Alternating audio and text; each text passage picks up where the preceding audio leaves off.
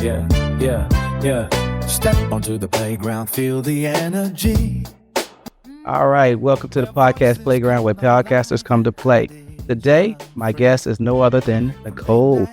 Welcome to the playground, Nicole. Thank you. Thank you for having me again, Jason. You know, I done came and played with you on the playground before, but not in studio. But I like coming to the playground. I enjoy it. I figured since we cleaned up the place. Yes, I might as well have you in. I love it. I love what you're doing with the place. Looks good. I try. We chilling this thing on Valentine's Day. Okay. So I appreciate you hanging with me. That's why I want my shirt. I see it. That's why I want my shirt. I was like, okay, it's Valentine's Day. We filming. Let's go on and do it. Let's do this. Let's do it. Man, oh man. I appreciate you having me. Well, I appreciate you coming. All right. I said, man, when I text you, I said, man, see what Nicole up to. Mm-hmm. I'd love to have her on the show again, this time with the actual host of the playground. Yes. Because, before I was trying to stay behind the curtains. Yes. Yes. I done creeped into the light. Okay. Come on into the light. Come into the light. All right. So let me ask you a question. Okay. What got you into podcasting?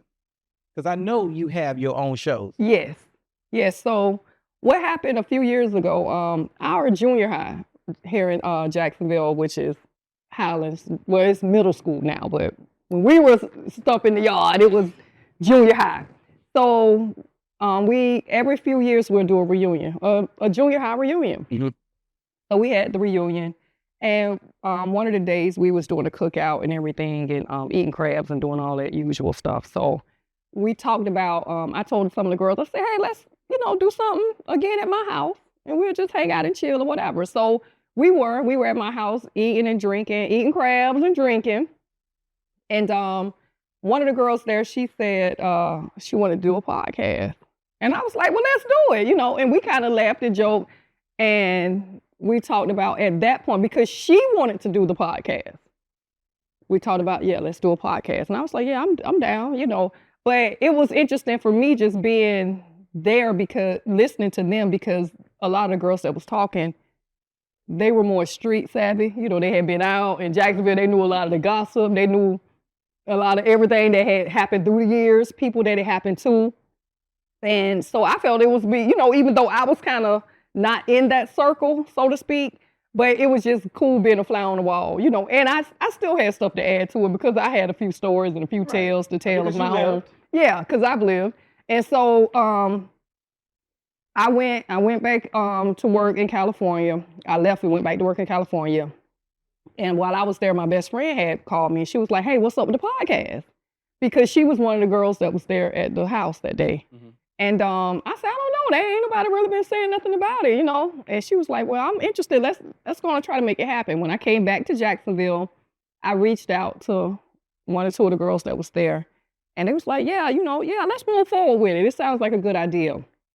And so at that point, I had been on Under the Tree podcast that Leander Palmer has. So I had been on his thing, which was like a phone thing. You call in, you right. have the link, and we were all on phones talking and stuff. And I reached out to him, and I said, hey, me and my friends, we got an idea. We kind of want to do this podcast.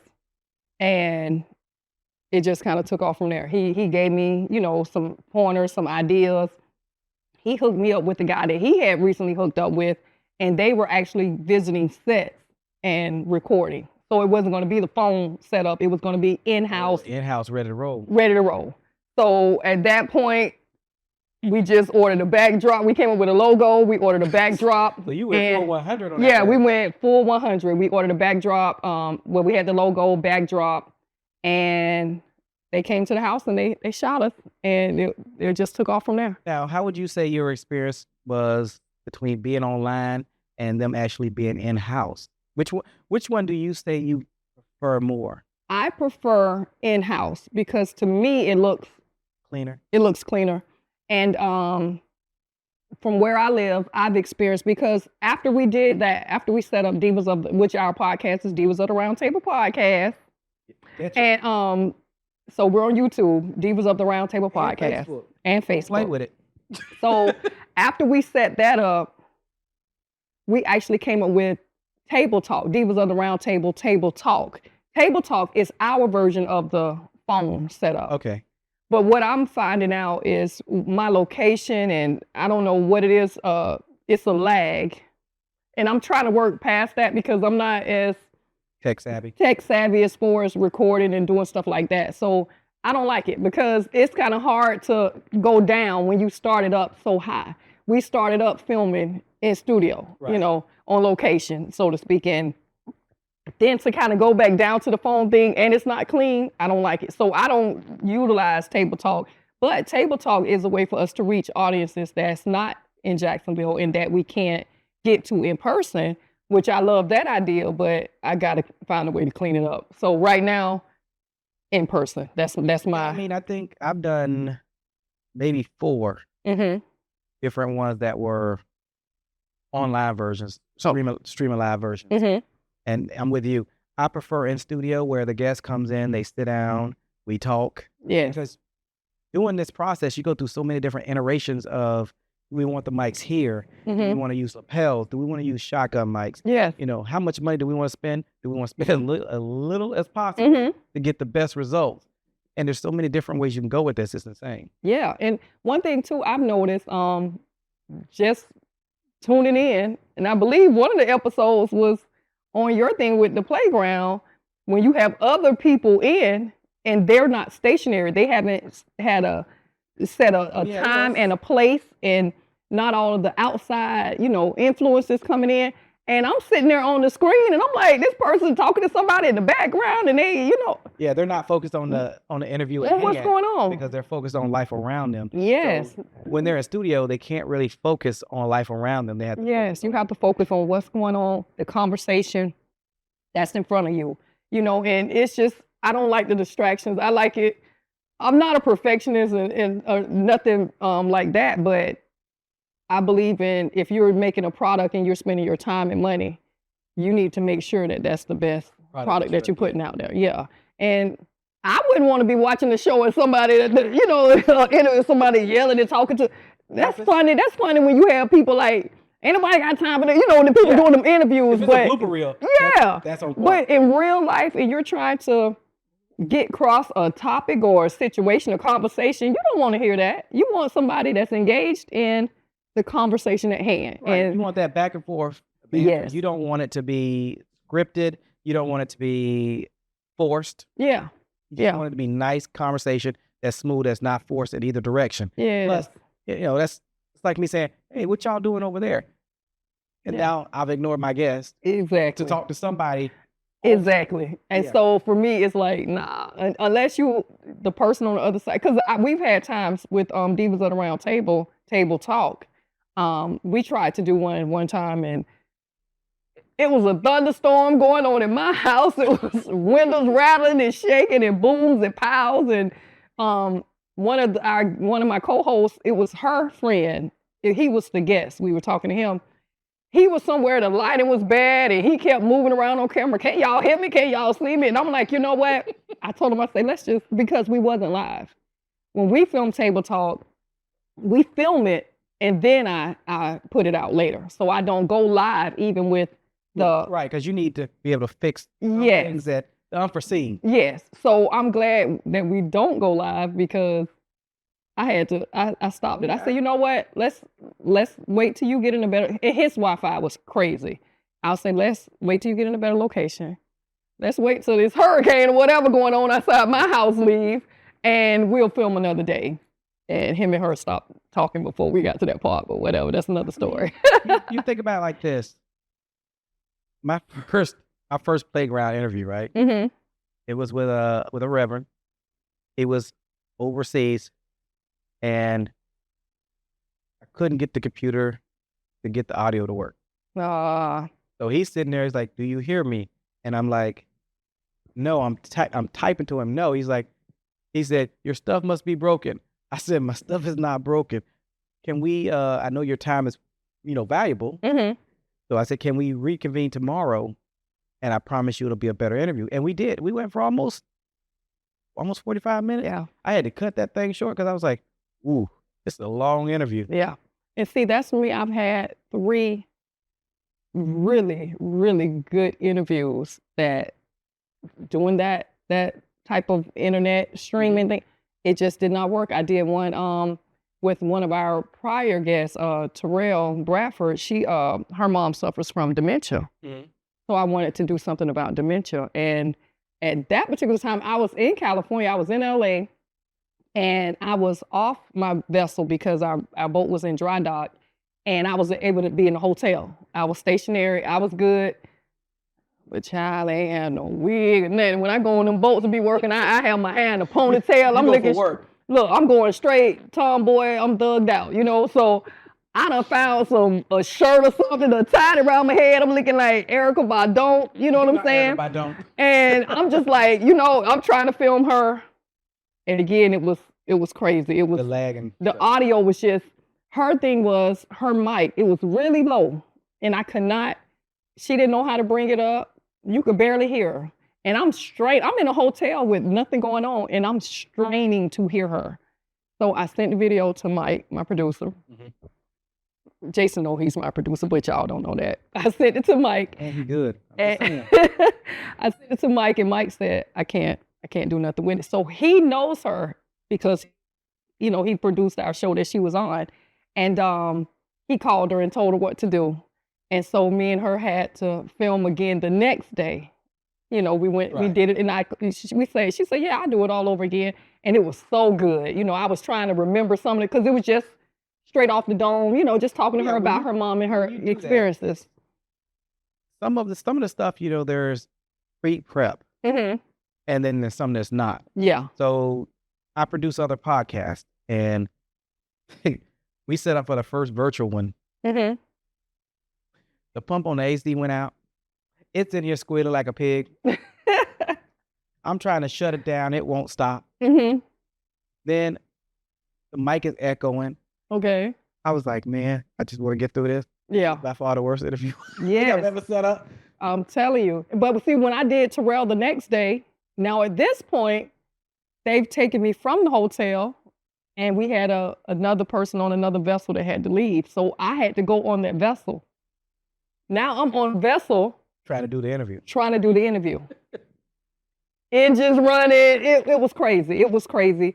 I was able to get through it, but I had to keep hitting that pause button because one time I snuck off into a room and then the guy knocking on the door like, hey, I'm trying to get in this room. It was crazy. It was crazy, but I made it through.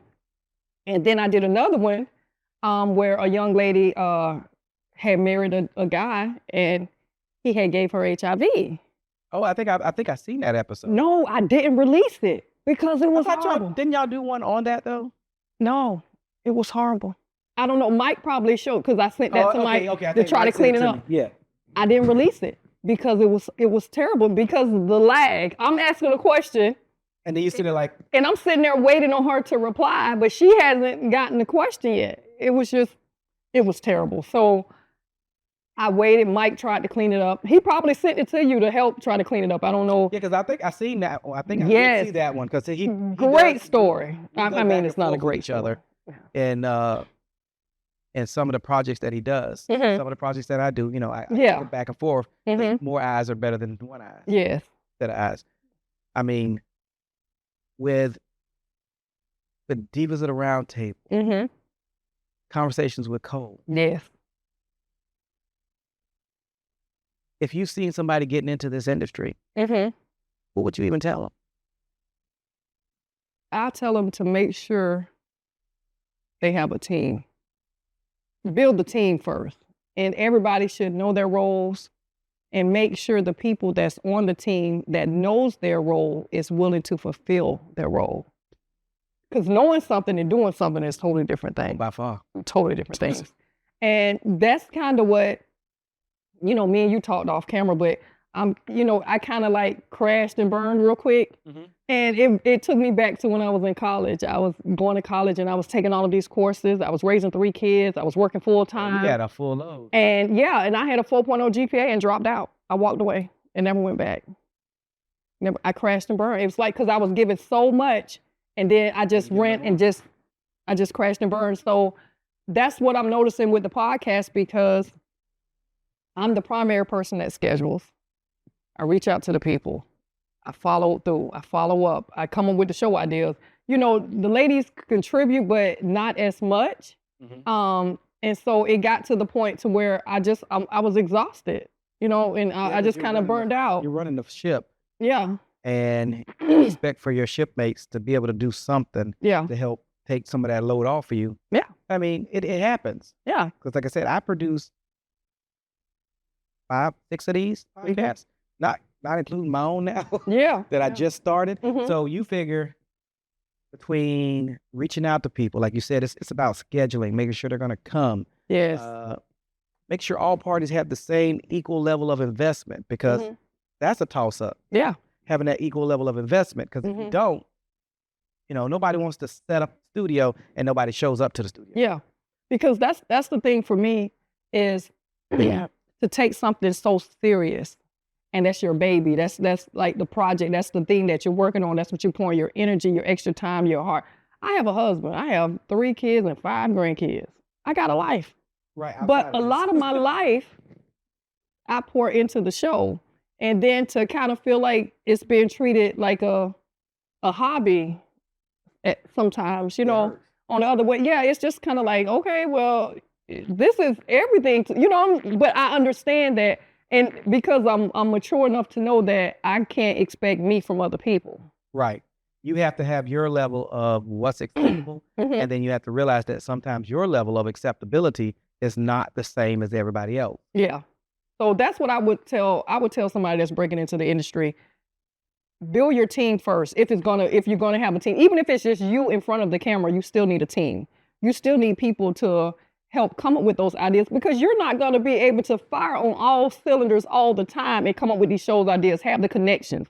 People that's connected, they could be part of your team. You know, it may be somebody who know people in local government, and it's different podcasts that you could do, reaching out in that genre. So, you know, I would say build a team, make sure that everybody on the team know their role and willing to play their role. Yeah, I think that right there is always the major key. Having people in places and making sure that together you all mesh. And realizing that sometimes lives. Yes. Because even though you have a team, you know, your co-host might have something going on. Yeah. And you can't predict what's going to happen in somebody else's life because you're not living it. True. So you have to make sure that you guys have a clear-cut, open communication, so they can say, look, we can't do this. Yeah. We can't do it whenever we're supposed to do it because I got XYZ to handle. True. So it's that adult version to it that you have to have in order to make the team work. Yeah. Teams work when everybody on the team does their job. Yeah. Because that's, if you look at it, like, even if you look at a sports team, when somebody get injured or can't play, the rest of the team still go out there and play. You know what I'm saying? If somebody step up into that person's position and they play, and they don't just play around with it or half-ass at it, you know, they give it their all. And they go in. And they go in. So, you know, you just got to be mindful of people that's just talking the talk and people that's really gonna walk the walk. So it's different when you're just sitting around saying, okay, yeah, let's do this, let's do that. But then when it's time to do it. And you know what also, you also have to be willing to know that you don't have to be in a studio. You don't have to have multiple cameras. You don't have to have any of that stuff. You have a cell phone. Yeah. As long as you got a good connection, you can literally sit in front of your cell phone and do your own podcast. Yeah. So you can be a team of one. Yeah. All day long. But if you're expecting to grow, then you're going to need a team of more. Yes, you definitely need a team of more.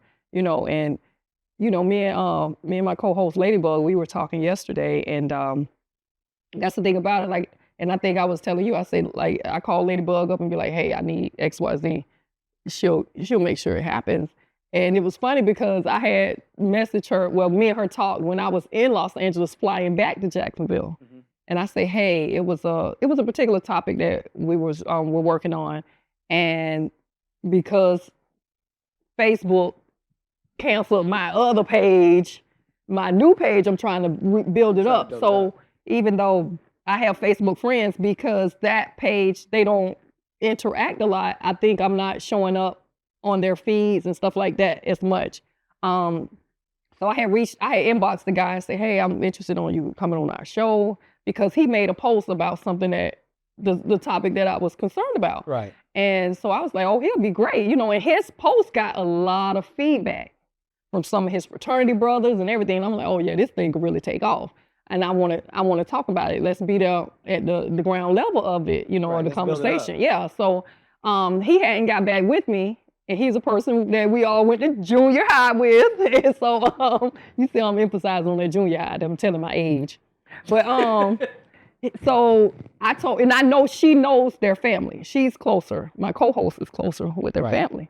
So I say, hey, reach out to him and let him know, that we want to film him, have him on the show. I say, but I know he has a barbershop. So I know Saturdays is a big day for him, and that's our film day. And so she said, okay, I'm gonna reach out to him. So as I was home yesterday morning. He reached out? No, I said, I hadn't heard back from her. I was like, oh, Ladybug done let me down. I've been talking good about her. I said, man, she ain't got back with me. I was like, you know what?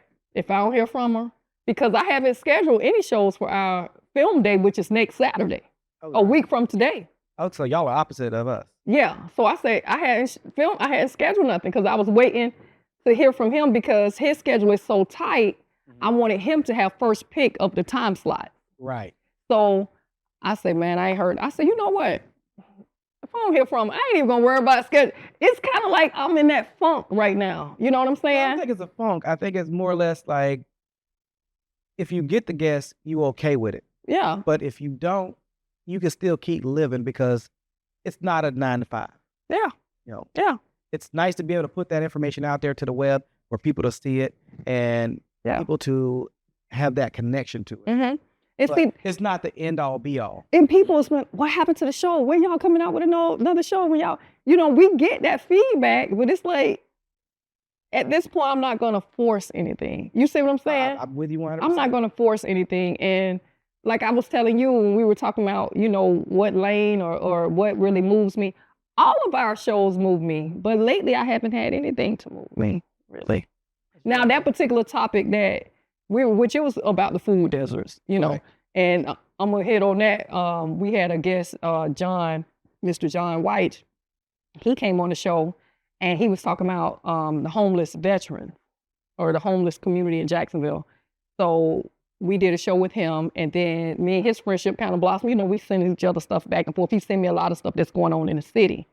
So he hosted a medical conference, and I went, and I was sitting there, and I asked the question later on and told him, hey, because just a lot of people on the panel I had interviewed, and I say, I've interviewed you, and I'm like, yeah, so everybody turned like, who is this, And so after that show, I had like 3 different people come up, hey, here's my card, I want to come on your show and talk. Hey, no problem. Networking too. Yeah, so one of the council women was there, and I was like, yeah, it'd be nice to get her on there, because she was the first person. I hate to sound ignorant and slow, but I had never heard the term food desert. I had never heard that before until she said it at that conference. Event. Yeah, so I'm like, okay. So I'm like, shit, that'd be a good topic for her. I want her on the show.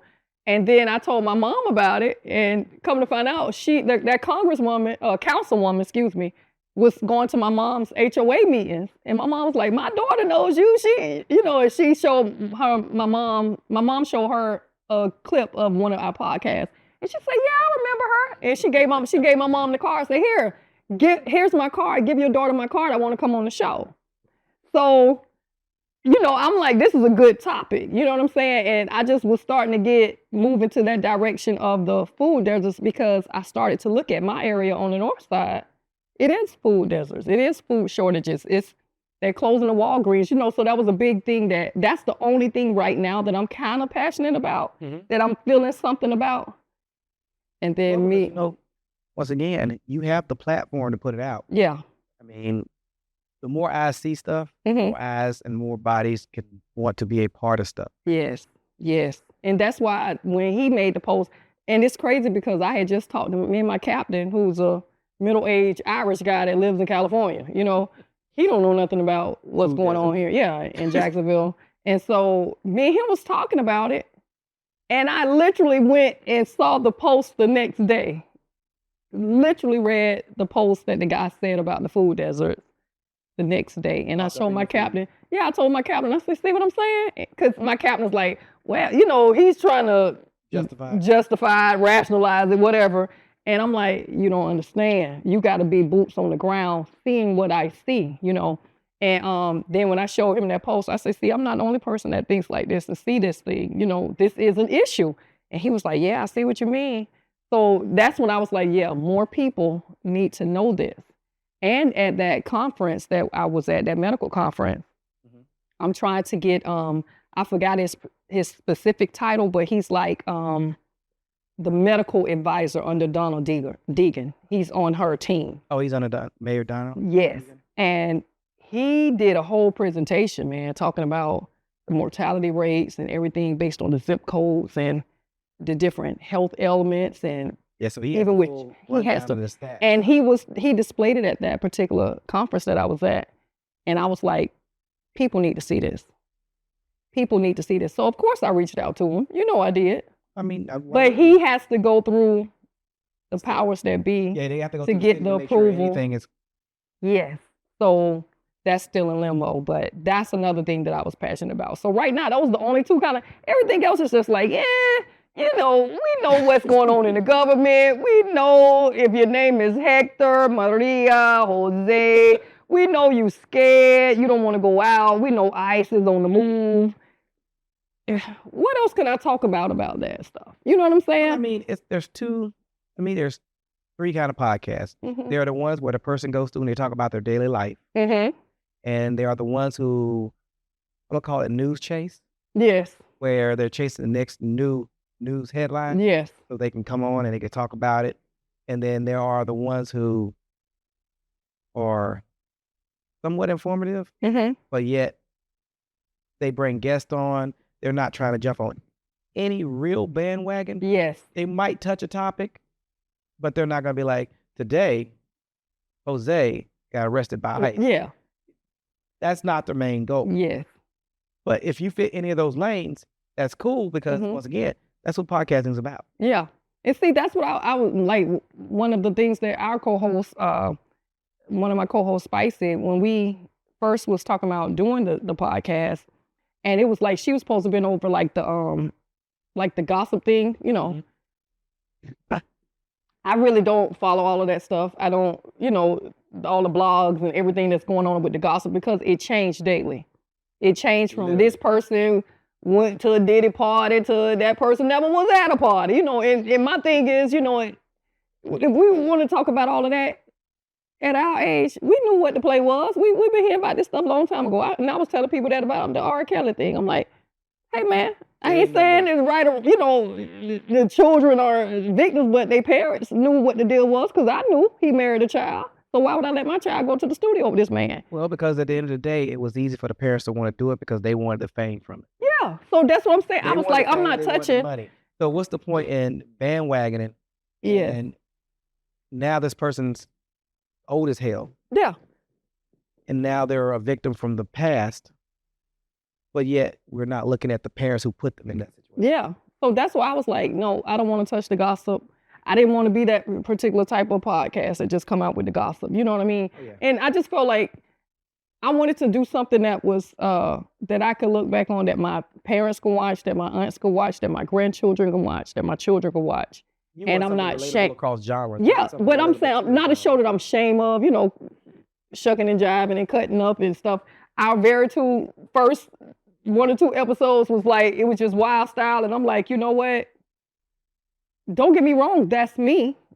Everything that you see in front of the camera is me. Like I was telling you when we shot here with Myron, that's Nicole. But everybody don't need to see all of Nicole or every side of Nicole. You have to have part of yourself that you, even though you're in front of the cameras, you still have to have a part of yourself that you're holding private. Because the people who live their life in front of the cameras aren't that happy for living their life in front of the cameras. Yeah. So you still have to have that piece of privacy to you. Yeah. So you can maintain a piece of purpose and sense. Yeah. So you can't go give the world 100% of you and then get mad when all 100% is being scrutinized as if these people's lives out there through this camera is living perfect. Yeah, because that's why I used to tell people all the time. People say, "Oh, I can't believe you said that. You telling your business." I said, if I told it, it wasn't my business. I didn't. But what I consider personal business, or what I consider regular business, you may consider personal business. You see what I'm saying? But that's the key, though. Once again, somebody wants to interject their feelings and their personal outlook upon you. So, in essence, doing podcasting, doing vlogs, any of that stuff, you have to be ready for what comes back at you. Exactly. Depending on what you put out there. Exactly. And to me, it's like I remember our first couple shows. Okay, so the very first podcast was I Am Risa Tisa. Remember Risa Tisa? She did the different, I think it was TikTok stories or something, talking about dealing with a narcissistic man. Yes. Right? So I had people that, and the other ladies too, people, oh, y'all male bashing and y'all, coming down on the black man and coming down on men and this and that. I can't tell you how it is to date a narcissistic woman because I don't date women. I can't do that. But on that show, I did say, don't get it twisted. It's a lot of narcissistic women out here too. But I can't tell my experience of dating one because I don't date women. So I felt like I was having to explain that. Then after a while, I'm like, what's understood don't need to be explained. I mean, it was pretty cut and dry. Clear. I don't date women. We're a bunch of women up here. You literally said, I can't speak from that point of view because you don't date women. Yeah. I'm like, we're a bunch of women talking about our experiences with men. I can't tell you about an experience with a woman. I can't. Yeah, because that's not a road you drove down. Exactly. I'm like, boy, bye, get out of my inbox. Look, and that's funny too because a show that I produced, they were on there talking about fatherhood. Okay. The comments were loaded with women talking about, well, if the men would stay around. Well, the flip side to that is, why do you feel a need to chime in when these guys are telling you not that all men are good fathers? They're telling you that via their personal experience and battles, right, to just see the kid. Not even to get the kid, just to see it. Yeah. Yeah. It's been a struggle. Yeah.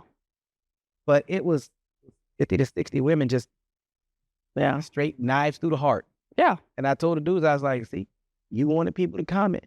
Here you go. Yeah, and that's one thing, you got to stay in your lane for certain things. Like, if it's the guy that's telling his experience, like I tell people, don't dumb down somebody else's experience.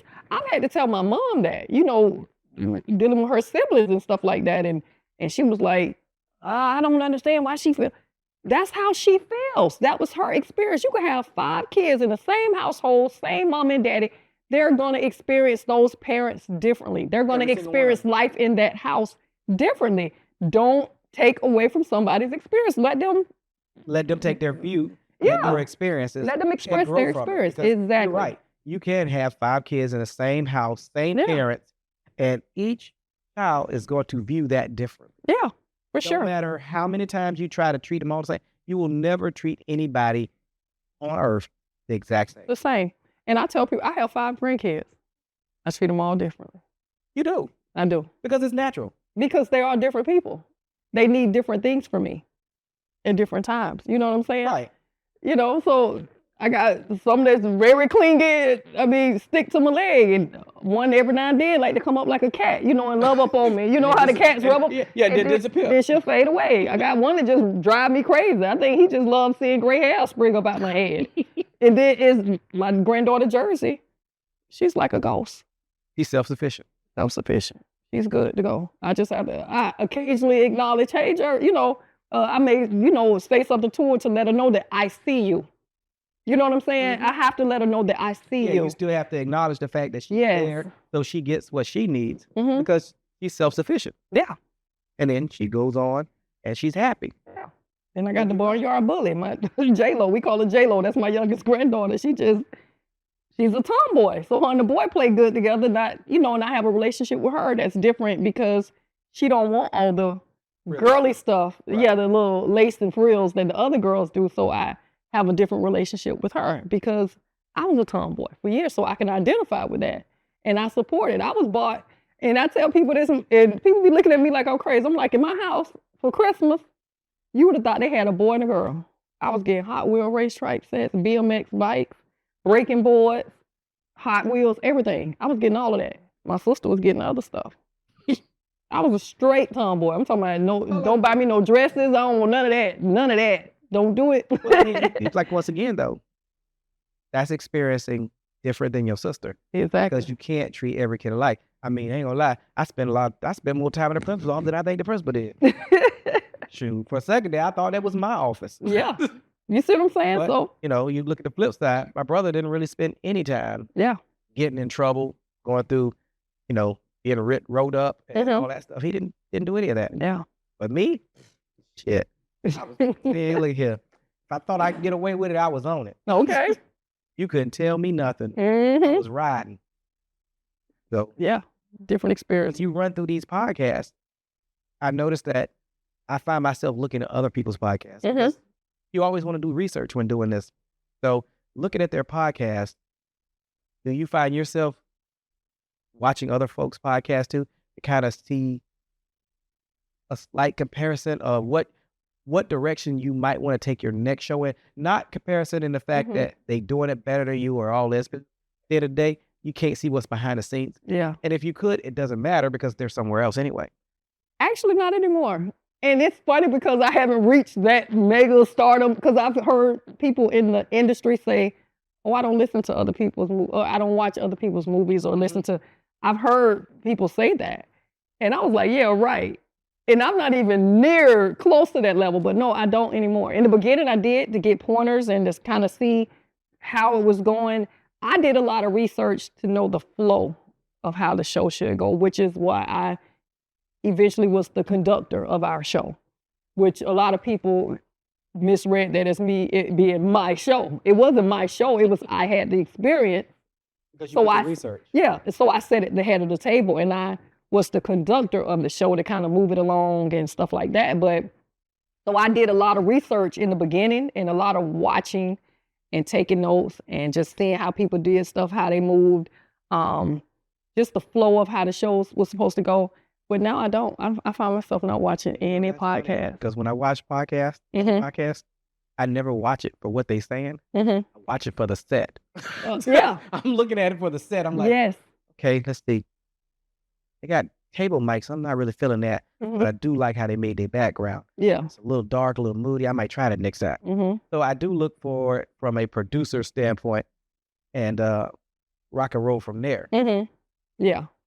Yeah, so no, I don't really watch. I think, and I don't even know if it's really a podcast, but I'd watch a lot of that Tonight's Conversation thing because I went to the show when they came to Jacksonville. I watch a lot of that, but because I love Kitty. She's just. Yeah, well, I definitely say thank you for coming, and tell them where they can find the Divas of the Roundtable again. Okay, so you guys can find us on Facebook at Divas Roundtable Podcast and on YouTube, Divas of the Roundtable Podcast. Normally our shows air on Tuesday night at 8 p.m., but we don't have any new shows to come out. But what I will do is start running back some of our old shows because like I mentioned before, Facebook canceled my first page. They deleted my first page. So I'm building up a second page that is dedicated to the show. So I'm going to start re-airing some of our old shows on Facebook. You can find us. I show them on my page, which is Coley Cole on Facebook. And we have Divas Roundtable Podcast on Facebook. And again on YouTube, Divas of the Roundtable Podcast. Awesome. Well, with that being said, once again, I'd like to thank everybody for tuning in, watching the Podcast Playground, where podcasters come to play. And we'll catch you on the next episode. Right. We out.